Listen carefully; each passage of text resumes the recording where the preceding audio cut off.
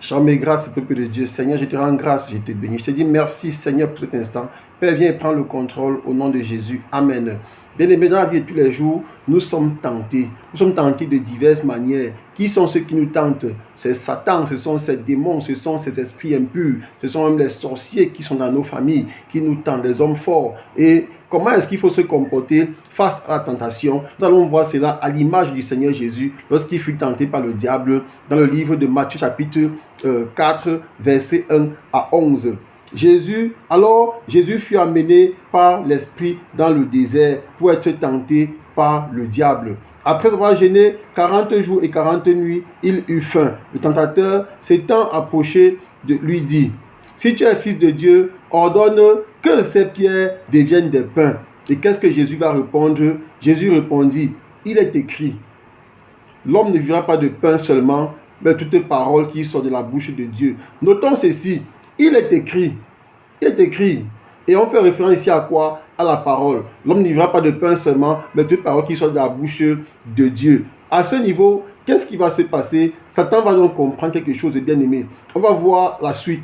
Le diable le transporta dans la ville sainte, le plaça sur le haut du temple et lui dit: si tu es fils de Dieu, jette-toi en bas, car il est écrit, il donnera des ordres à ses anges à ton sujet, et ils te porteront sur les mains, de peur que ton pied ne heurte contre une pierre. Qu'est-ce que Jésus va lui dire? Il est aussi écrit, tu ne tenteras point le Seigneur ton Dieu. Donc, bien aimé, si quelqu'un te demande de faire un miracle, toi, enfant de Dieu, ne fais pas. Parce qu'en tant qu'enfant de Dieu, c'était de Dieu. Le miracle, c'est Dieu qui fait à travers toi, quand il veut, comme il veut, pour accomplir ce qu'il veut. Donc, ce n'est pas à toi de décider de comment faire le miracle. Si tu décides de faire le miracle, bien aimé, celui qui va opérer, ce n'est pas Dieu qui va opérer. Et malheur à toi si le miracle ne se réalise pas. Quelle honte, quelle humiliation. Donc, on comprend alors ici que quoi, bien aimé, le Seigneur Jésus connaît qu'on ne tente pas Dieu. Oui, on ne tente pas Dieu, bien aimé. Tenter Dieu, ce n'est pas seulement aller pécher la chair comme nous connaissons, mais vouloir faire que le diable, le malin te demande de faire un miracle. Et tu vas t'engager à dire: oh Seigneur, fais le miracle des pains. Non, bien aimé, tu es en train de tenter Dieu. Et Dieu n'agira pas, parce que Dieu n'agit pas comme ça. Ce n'est pas à toi de commander Dieu, mais c'est à toi de suivre le mouvement de Dieu. Et Jésus lui a bien répondu: je ne tenterai pas le Seigneur ton Dieu.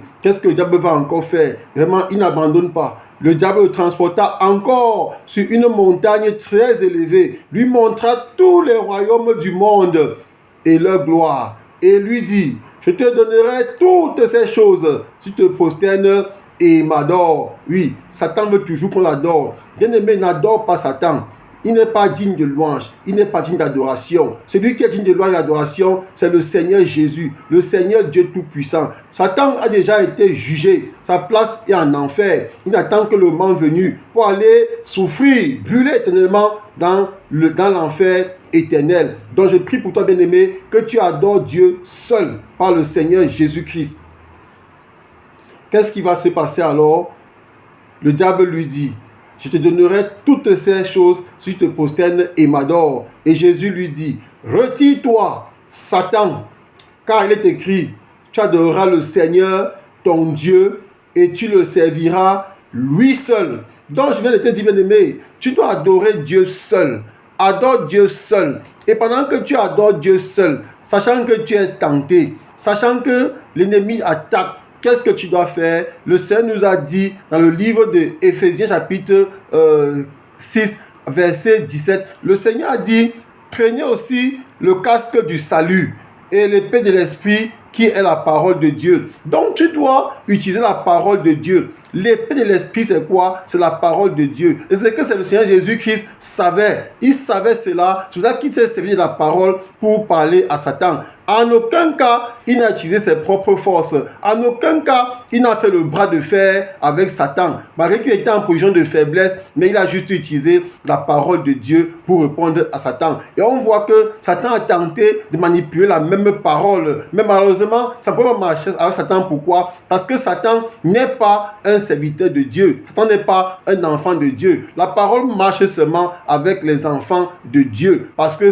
Dieu se révèle à nous à travers sa parole. Il se révèle à nous comme il veut, quand il veut, et de différentes manières, avec la même parole. Je prie pour toi, bien-aimé, que lorsque tu seras tenté, que tu ne fasses pas recours aux forces impures, aux forces maléfiques pour te protéger, mais que tu fasses recours au Seigneur Jésus à travers la parole de Dieu. Père, je te dis encore merci pour cet instant, parce que tu parles à quelqu'un, que la gloire de la résurrection se revienne au nom puissant de Jésus. Amen.